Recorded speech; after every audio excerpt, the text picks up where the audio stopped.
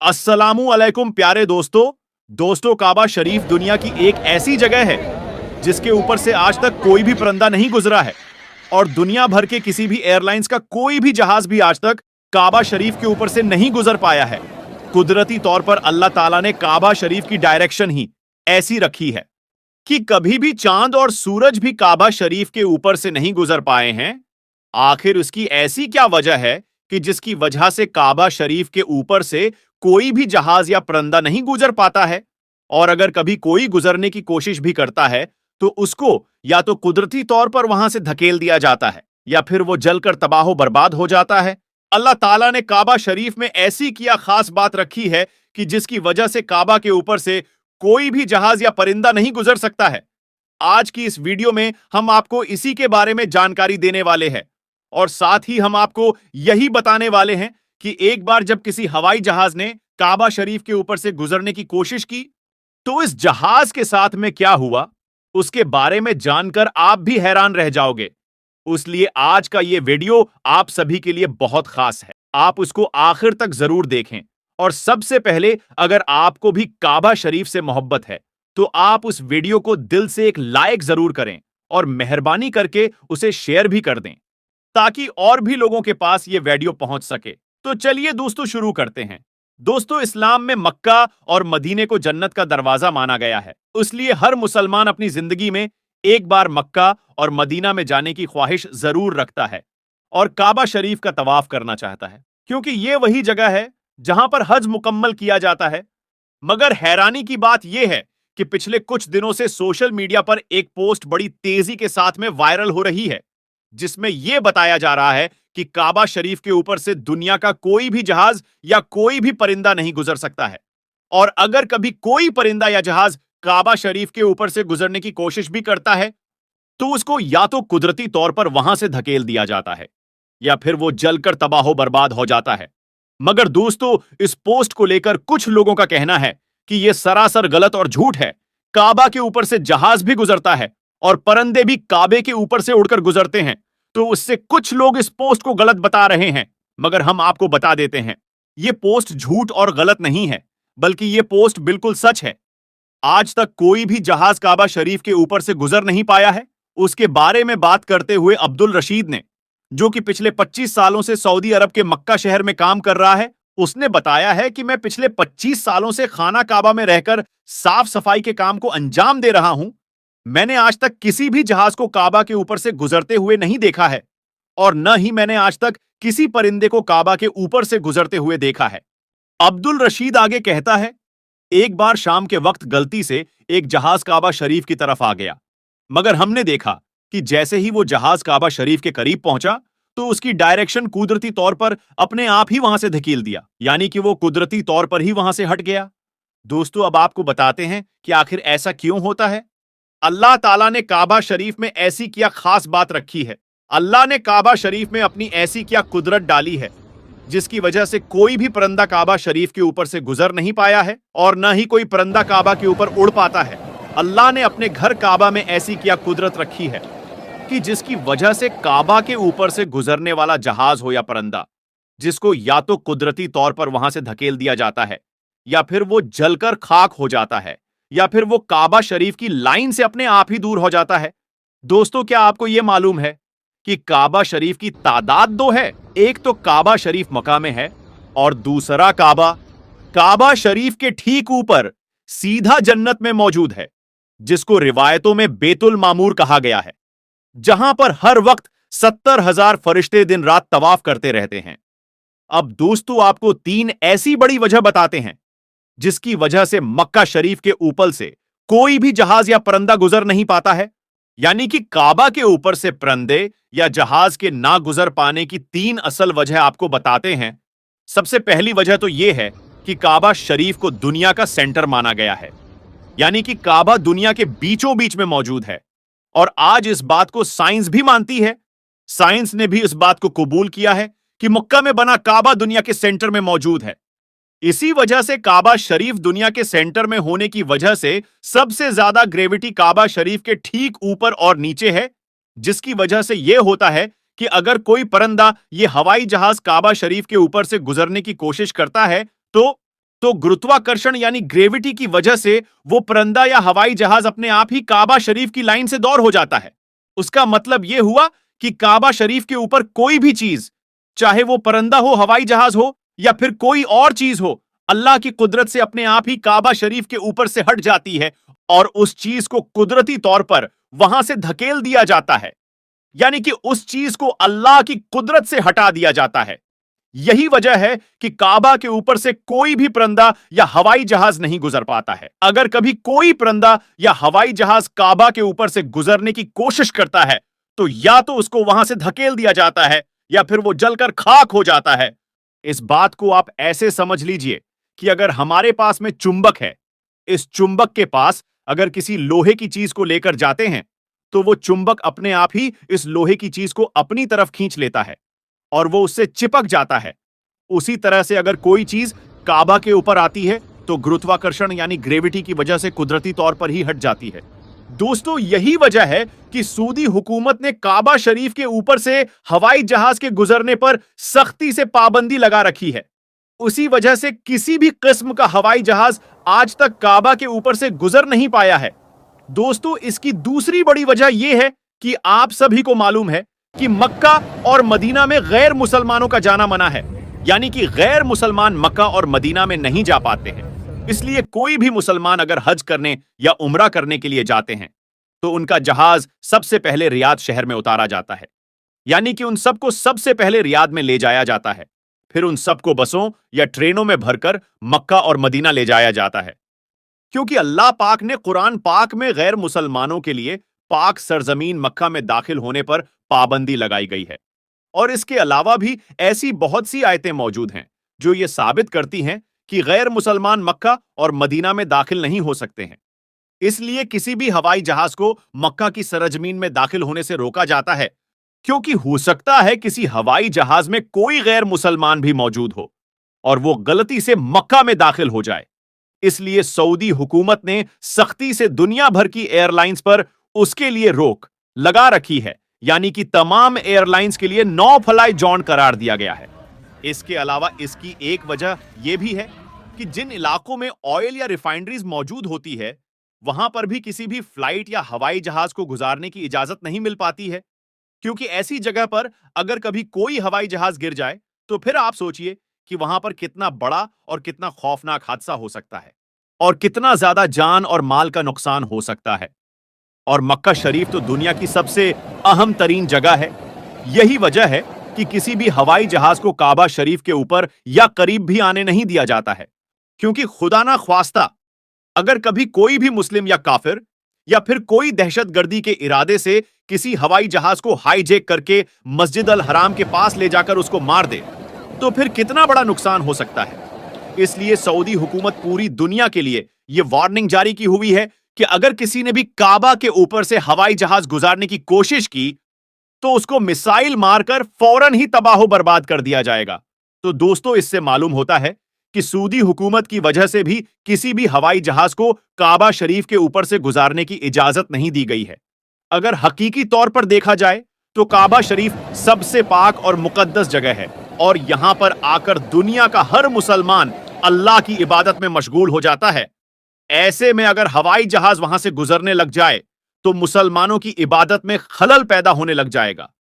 इस वजह से भी काबा के ऊपर से हवाई जहाज को गुजारने की इजाजत नहीं दी गई। याद रखें, अभी तक कोई भी हवाई जहाज काबा शरीफ के ऊपर से ना ही गुजरा है और इंशाअल्लाह ना ही कभी गुजरेगा। नेक आदमी ने इस लड़की के साथ जो किया उसे देखकर पुलिस वाले भी हैरान रह गए। दोस्तों, कहा जाता है कि एक लड़की को अपने हुस्न पर बड़ा नाज था। उसने हजारों आशिक बना रखे थे। वह जानती थी कि वह सबको अपने इशारे पर नचा सकती है। एक दिन अपने किसी आशिक के साथ वह घर से भाग गई और शहर के सबसे मशहूर बाजारे हुस्न की तवायफ बन गई। उसके अंदर बहुत बुरी आदतें थीं, लेकिन सबसे बुरी आदत यह थी कि वह फकीरों से नफरत करती थी। उसे फकीरों से चिढ़ भी थी, क्योंकि वह मांगते रहते हैं। भिखारी और फकीर में बहुत फर्क है। यह बात याद रखिएगा कि वह लड़की बदकारी में जिंदगी गुजार रही थी। उसके पास ग्राहकों की लाइन लगी रहती थी और उसको कोई भी समझाने वाला नहीं था कि तू अपने आप को फकत बर्बाद करने के सिवा और कुछ नहीं कर रही है। एक बार ऐसा हुआ कि बहुत बारिश हो रही थी मौसम सुहाना था। उसने अपने आशिक से कहा कि चलो बाहर चलते हैं और फलां हलवाई के पास जाकर हलवा खाते हैं। वहां पर बहुत भीड़ लगी हुई थी क्योंकि वहां का दूध बहुत लजीज था। उस तवायफ ने नखरे दिखाते हुए हलवे वाले से कहा कि हमें गर्मा गर्म हलवा और दूध का प्याला चाहिए। उस हलवाई ने कहा कि अभी दूध गर्म हो रहा है और हलवा बन रहा है, तुम लोग इंतजार करो, सबकी बारी आएगी। अब बारिश तो थम चुकी थी पर मौसम ठंडा हो चुका था। वह अपने उस आशिक के साथ करीबी मकान के दरवाजे पर जा बैठी। बातों बातों में उसकी नजर दूर से आते हुए एक फटे पुराने लिबास में मलबूस एक फकीर पर पड़ी जो टूटे हुए जूते पहने बाजार से गुजर रहा था। दरअसल वह एक अल्लाह वाले थे जो बहुत ही काबिल और आमिल थे। हमेशा दीन की तबलीग के लिए यूं ही मोहल्ले में निकला करते थे और जहां देखते हैं कि कोई इंसान दीन से दूर है तो उसको दीन की तालीम दिया करते थे। लेकिन अपने आप कभी अपने मुंह से किसी को बुरा नहीं कहते थे। तो अब आप इसी हलवाई की दुकान से गुजरे। मकान वहीं सामने था जहां पर वह दोनों बैठे हुए थे। वह तो वैसे ही फकीरों को पसंद नहीं करती थी तो उसने नफरत से अपना मुंह दूसरी तरफ फेर लिया। लेकिन जब वह दरवेश अल्लाह वाले हलवाई की दुकान के करीब से गुजरे तो भीड़ होने के बावजूद भी उस हलवाई ने कहा कि बाबा रुक जाइए, मैंने आपके लिए दूध का गर्मा गर्म प्याला रखा है और मुझे मालूम है कि असर की नमाज के बाद यहां से आप जरूर गुजरेंगे, इसीलिए हलवा और प्याला आपके लिए तैयार है।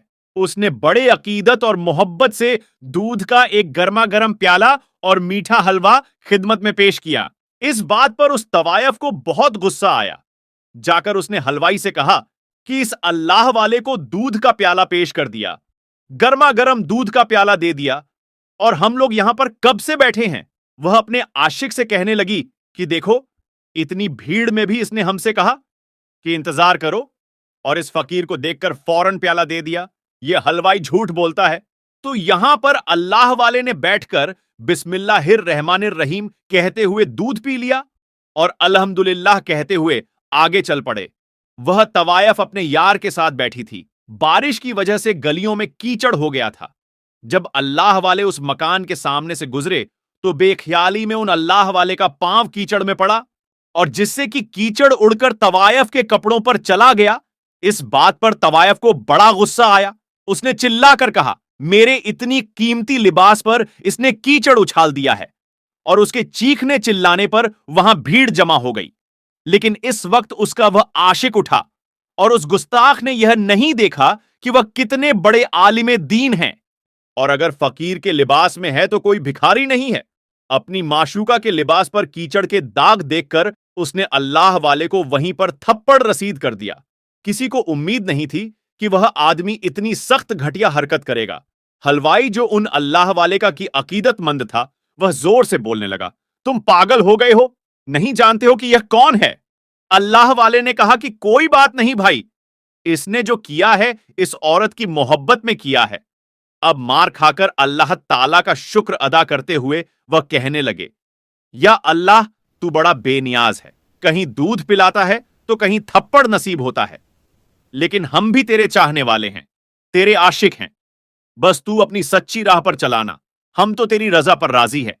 यह कहकर अल्लाह वाले आगे चल दिए। आपकी शान में वह औरत गुस्ताखी कर रही थी। उसका वह यार भी उसके साथ मिला हुआ था। उसके बाद वह कहने लगी कि चलो घर के अंदर चलते हैं। तवायफ का वह यार मकान के अंदर जाने ही लगा कि अचानक सीढ़ी पर उसका कदम पड़ा और उसका पांव फिसला और फिर सिर के बाल वह जोर से जमीन पर गिरा और वहीं पर मर गया। तवायफ जो थी वह हाय हाय करने लगी, यह देखो, उस बूढ़े आदमी ने मेरे आशिक को बद्दुआ दी। वह जादूगर है, उसने इस पर पड़कर फूंक था, इसीलिए यह मर गया।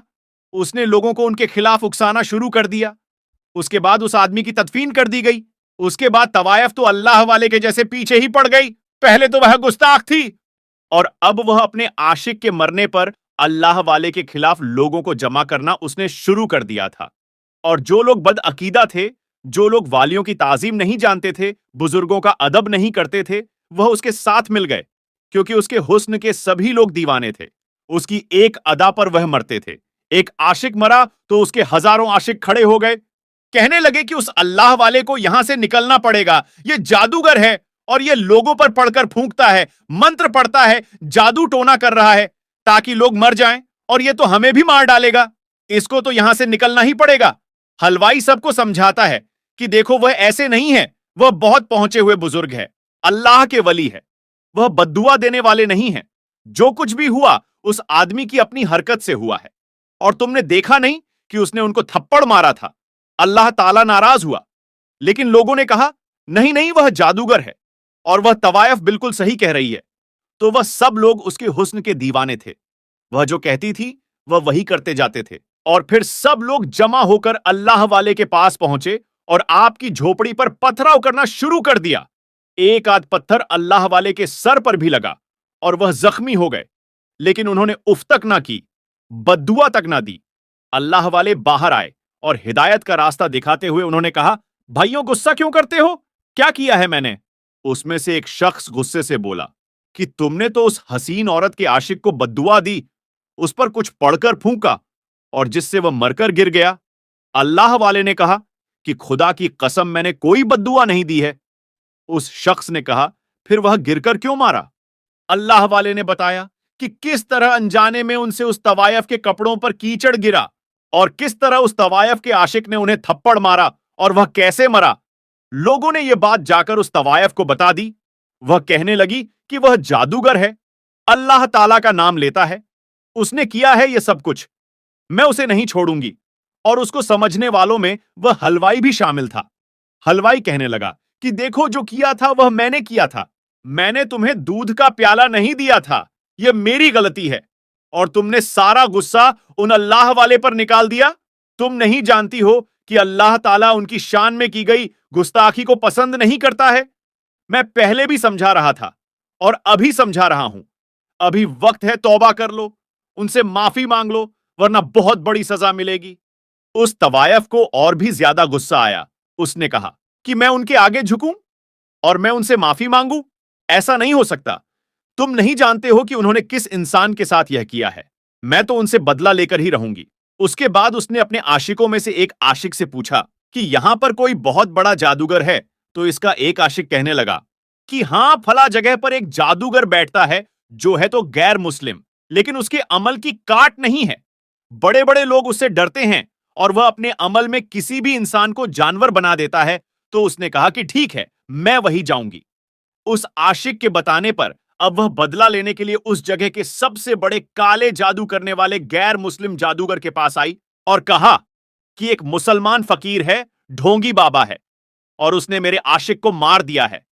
वह जादूगर है और तुम उसका खात्मा करो, उसको कोई जानवर बना दो ताकि वह दुम हिलाता हुआ मेरे घर के बाहर बैठा रहे। तो उसने कहा, अच्छा, तुम चाहती हो कि मैं उसे कुत्ता बना दूं? तो वह कहने लगी, हां, उसे वही जानवर बना दो जो नापाक है, और लोग उसको अपना पालतू बनाते हैं। गैर मुस्लिम कहने लगा, लेकिन मैं तो सुना है कि वह बहुत पहुंचे हुए आलिम हैं और उनके खिलाफ तो मैं कुछ नहीं कर सकता। वह कहने लगी, तो मैं यह चाहती हूं कि इस बात का कोई तोड़ हो।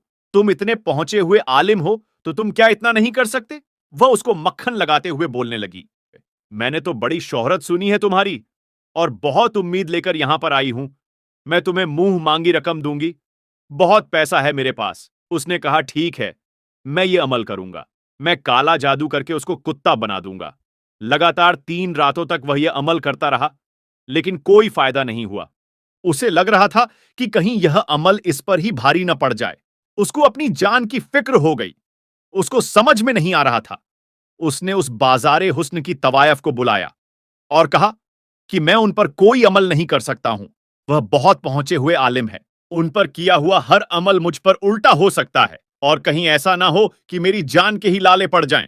और जहां मैं उन्हें कुत्ता बनाना चाहता हूं, कहीं ऐसा ना हो कि मैं खुद ही कुत्ता बन जाऊं। तो उस तवायफ ने कहा कि मैं खुद उन पर वह अमल करूंगी।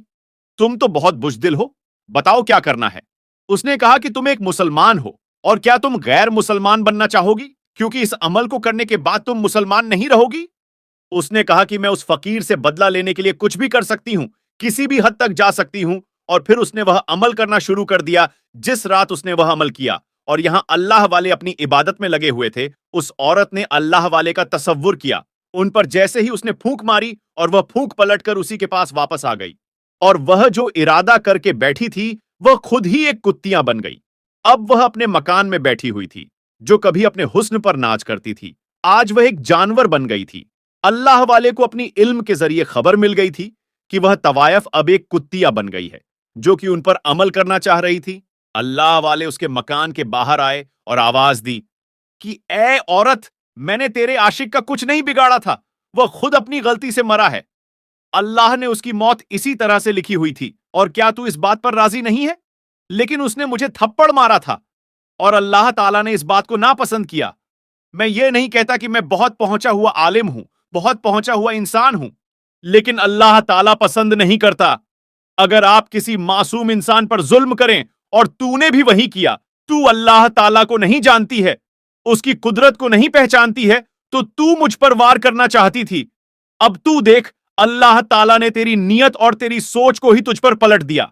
और अफसोस कि तू मुसलमान भी तो नहीं रही। तूने गैर मुस्लिम जादूगर का सहारा लिया, मुझे हलाकत में डालने के लिए तूने खुद को हलाक कर लिया। अफसोस है कि तूने अपने आप को बर्बाद कर लिया है।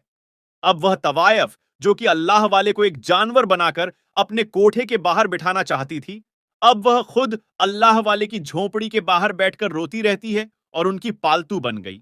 लेकिन अल्लाह वाले उस पर जुल्म नहीं करते, बल्कि उसके हक में दुआ करते हैं। तो दोस्तों, यह वाक्य आपको कैसा लगा? आप अपने विचार कमेंट सेक्शन में जरूर बताना। इसी के साथ अगर आप सच्चे आशिक रसूल हैं तो कमेंट सेक्शन में अल्लाहू अकबर जरूर लिखें। साथ ही अगर वीडियो में बताया गया वाक्य अच्छा लगा तो वीडियो को लाइक करें, शेयर करें, चैनल को सब्सक्राइब करके बेल आइकन को प्रेस कीजिए ताकि आने वाली नई वीडियो की अपडेट्स आपको मिलती रहे। फिर मिलेंगे नई वीडियो में, तब तक के लिए अल्लाह हाफिज।